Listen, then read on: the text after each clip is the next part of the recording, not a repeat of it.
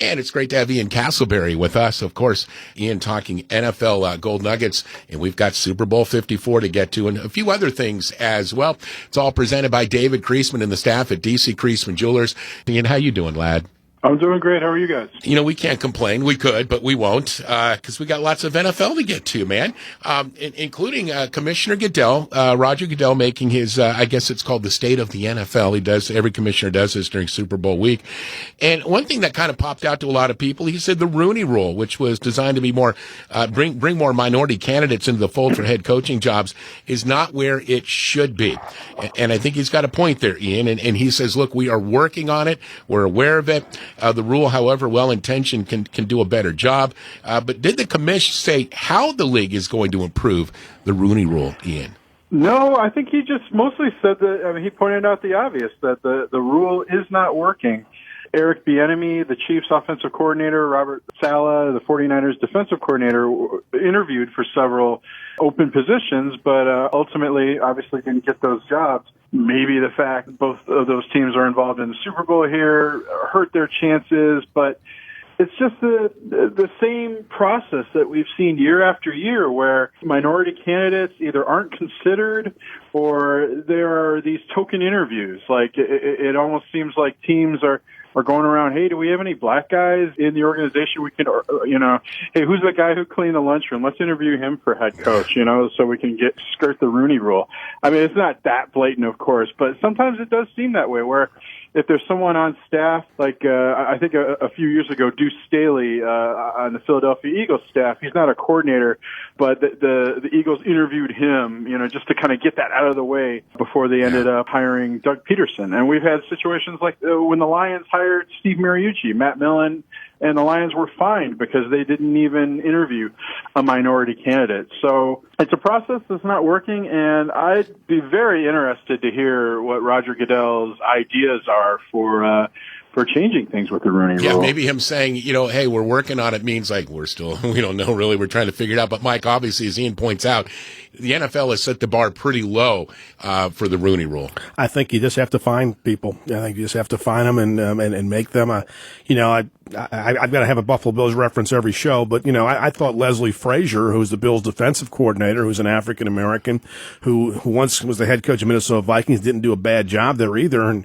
in 2 years, 3 years there, he's built a very good defense. And here's a guy who's been a head coach, and he didn't even get a sniff. He didn't even get a look from anyone. And, in some ways, but Bills fans are happy about that because they like the great job he's doing and stuff. But it's amazing to me, a team that went to the playoffs, team that was dramatically improved and one of the best defenses of the league, and a Leslie Frazier didn't even get an interview. Yeah, this is a great example there. Go ahead, Ian. One solution, I don't even know if this would be a solution, but one step that could be taken is part of the problem is there aren't even African-American coordinators, that many. I mean, we mentioned Eric Bieniemy, Robert Saleh, but by and large, offensive coordinators, defensive coordinators around the league are white. So maybe that the Rooney Rule needs to be expanded to mandate that minorities also get interviewed for these coordinator positions, for executive positions, like football operations positions, general manager positions, because when the decision makers have some influence in this, then maybe we will really see some change. We're joined by Ian Casselberry. We're talking NFL Gold Nuggets presented by DC Creasman Jewelers. All right, guys, the Browns hired Andrew Berry as the team's new general manager. Who? He's 32, which makes him the youngest GM in the league. Way to go, Cleveland. Ian, for an organization in flux, making a new GM the youngest in the league does not seem like the right move, but he obviously must have said a number of things to impress Browns brass. So what did the team see in Barry to make this surprising choice? Well, first of all, Barry does have history in the Cleveland Browns front office. Before he went to the Philadelphia Eagles, he did work in their front office. He was part of the front office when the team drafted Myles Garrett, when they drafted Baker Mayfield and Denzel Ward. He was part of the process that interviewed the new head coach, Kevin Stefanski, before the team went with Freddie Kitchens. Andrew Berry is very analytically inclined. He is familiar with the way the Browns work. That apparently is the way the Browns want to do business, with Paul DePodesta running things in the front office to really emphasize analytics. And Andrew Berry fits in with that approach, with that philosophy well. Michael, this to me, Cleveland, now maybe this Barry kid is going to turn out to be fantastic. But again, as I pointed out, for an organization in flux, you would think you'd want a little more experience to kind of just right the ship. But instead, it looks like Haslam's kind of going to the extremes with another, front office hire. I guess they're hoping for Theo Epstein. Theo got the Red Sox job at 29 after Billy Beane took it for a day and then churned it down. So maybe they're just hoping for, lightning in a bottle here with this Barry. I guess, Ian and Pat, they've tried everything else, so why not try this? Why not try to hire a real young guy, who's in their organization? I mean, for all the missteps they've had, why not try this? But, if this doesn't work, then what do they do? Yeah, no kidding. Paul DePodesta worked for Billy Beane in Oakland, so maybe that's what Jimmy Haslam is thinking. Maybe he watched Moneyball and thought, hey, you know I can't what? hire Brad Pitt, so you know what? Nerdball's not working in Cleveland. How about the old eyeball test? I mean, quit messing around, Haslam. Run your damn convenience stores or your gas stations. And, as long as Jimmy Haslam is involved in any way, shape, or form with hiring, whether it be, bringing on coaches, players, or front office people, that team's just going to be mired in mediocrity at best. Anyway, okay, rant over with. All right, let's get to Antonio Brown. Oh, boy. Ian, it looks like Antonio Brown may have a new career outside of football. Could he step inside the ring? What's going on there? Yeah, there is an offer on the table, apparently, from DAZN, DAZN. I believe it's pronounced DAZN. They're really into boxing and pay-per-view. And there is an offer on the table to Antonio Brown to fight YouTube personality Logan Paul. And I hope that's the last time I say those 4 words on your show.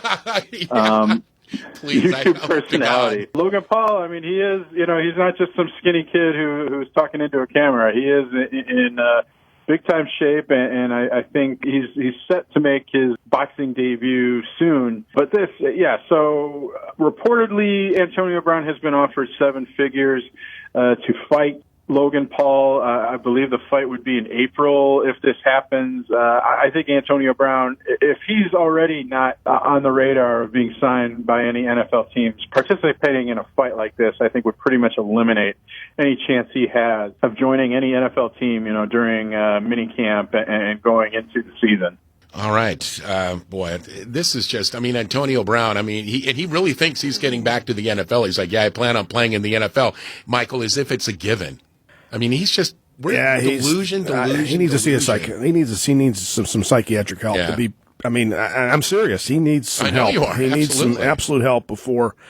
That speaks volumes when a lot of people needed wide receivers last year. They didn't get, and the Patriots and the Raiders gave up on him. The Patriots gave up on him, and no one went back to him and stuff. So the Saints worked him out, and then he accused the Saints of using it as a publicity stunt. Really, like the Saints really need a publicity stunt? You didn't work out for the Browns, dude. But when you do that, when you get an opportunity from a team, and then you badmouth that team, what other franchise is going to want to step in? So that's a perfect place for Antonio Brown to end up as the Cleveland Browns. How about that? Odell, Jarvis Landry, and Antonio Brown. Boy, what a fun locker room that would be. Oh, God, I wasn't suggesting that, but that would be a nightmare for any coach at that point. Wow. Antonio Brown still in the news. All right. Let's get to some Super Bowl 54 chatter, guys. Ian, let's get your keys to victory for each team, starting with the 49ers. 49ers, they need to run the ball and control the clock. I know that's kind of just old school football mentality, but the longer they can keep Patrick Mahomes off the field and prevent their defense from wearing down against that Chiefs offense, if they can control the ball, run out some clock, and prevent the Chiefs, limit the Chiefs' possessions, I think that gives the 49ers a better chance to win. Man, okay. We'll go from there. How about, what do you see it on your end, Michael?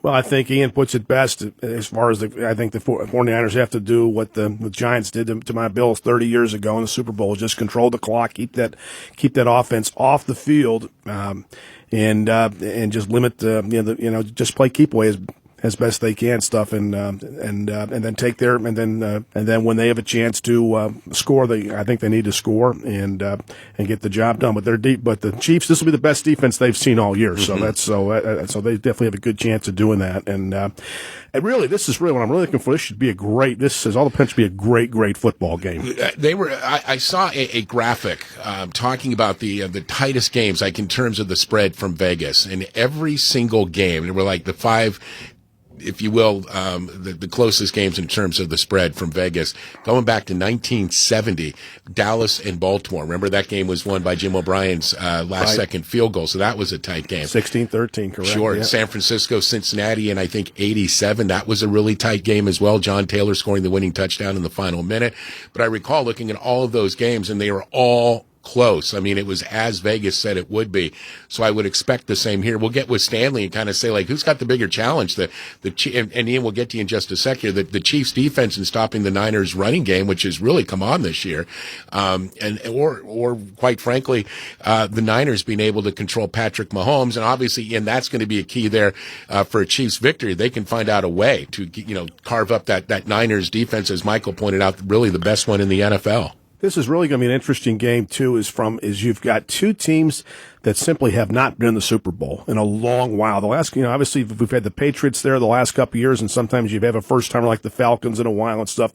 But this is two teams, this is so new to them that this is, for the Niners organization, it's not, but for this particular team, let's face it, I'm sure they thought they're going to have a good year, but I'm not sure deep inside they thought they'd be at the Super Bowl. The Chiefs thought they would, but this is the first time the Chiefs have been there in 50 years, back to Hank Stram. Let's go, man. Let's go, boys. Oh, yeah. Cross-trap number 68. When Augie was in here, I was doing a little Hank Stram NFL Films clip just for his strictly. I was an audience of one for me, was for Augie. And so, speaking of the Chiefs, Ian, keys to win for KC. First of all, the Chiefs' offense, I think they need to score, obviously, and I think they will score points on that 49ers defense.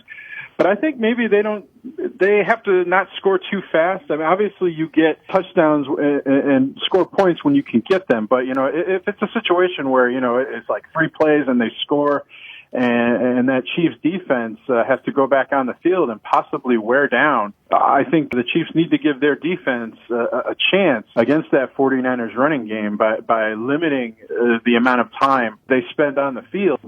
Also, I think Patrick Mahomes' legs, are going to be very important in this game. We've seen this throughout the postseason.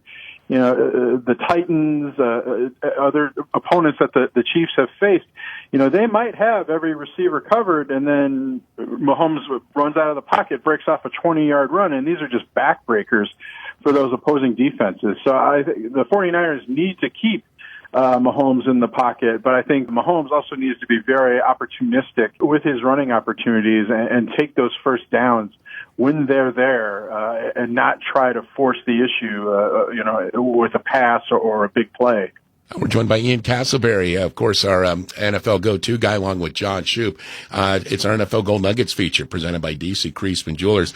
All right, Ian, who's going to be your Super Bowl MVP? Look into that, the magic mirror, if you will. Well, I wish I could, have a really daring choice here, but I think it is going to be Patrick Mahomes. This is, we'll see what the ratings are going to be for this Super Bowl without the Patriots, obviously. But for the NFL, to have arguably their brightest star in this game with a chance to win a championship, I think is great for the NFL. I mean, Lamar Jackson may have been the most electrifying star during the regular season. We kind of forgot how great Patrick Mahomes is until the playoffs. And I think Mahomes, he's going to, obviously for the Chiefs to win, he's going to have a great game. I think he will. America, if they haven't fallen in love with Patrick Mahomes yet, they certainly will after this Super Bowl. Absolutely. Okay. How could you not already fallen in love with Patrick Mahomes, Michael? Yeah, and what people forget, too, is, I'm glad you brought up his running. I mean, he turned that Tennessee game around with his legs in that game and stuff. And if I had to pick, I'm going to pick Kansas City. It seemed like they're a team of destiny. They were behind 24-0 in the second quarter. And I was listening to the game on the Kansas City network, and they felt like they were done.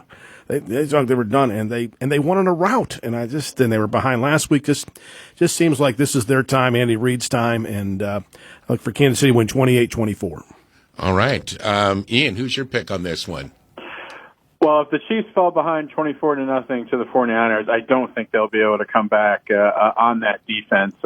I think this will be a close game, but ultimately I think Kansas City will be able to score, and the Niners, they may be able to contain the Chiefs in terms of, not giving up 40 points or something like that, but they won't be able to stop that Chiefs offense when it counts. And I think they're explosive enough, and they can control the ball with Andy Reid's West Coast offense. There's a part of me that wants to say that, the running game and defense of the 49ers is going to win this game, but ultimately I do think that the Chiefs offense is going to prevail. I think this is going to be something like a 27-24 game with the Chiefs winning.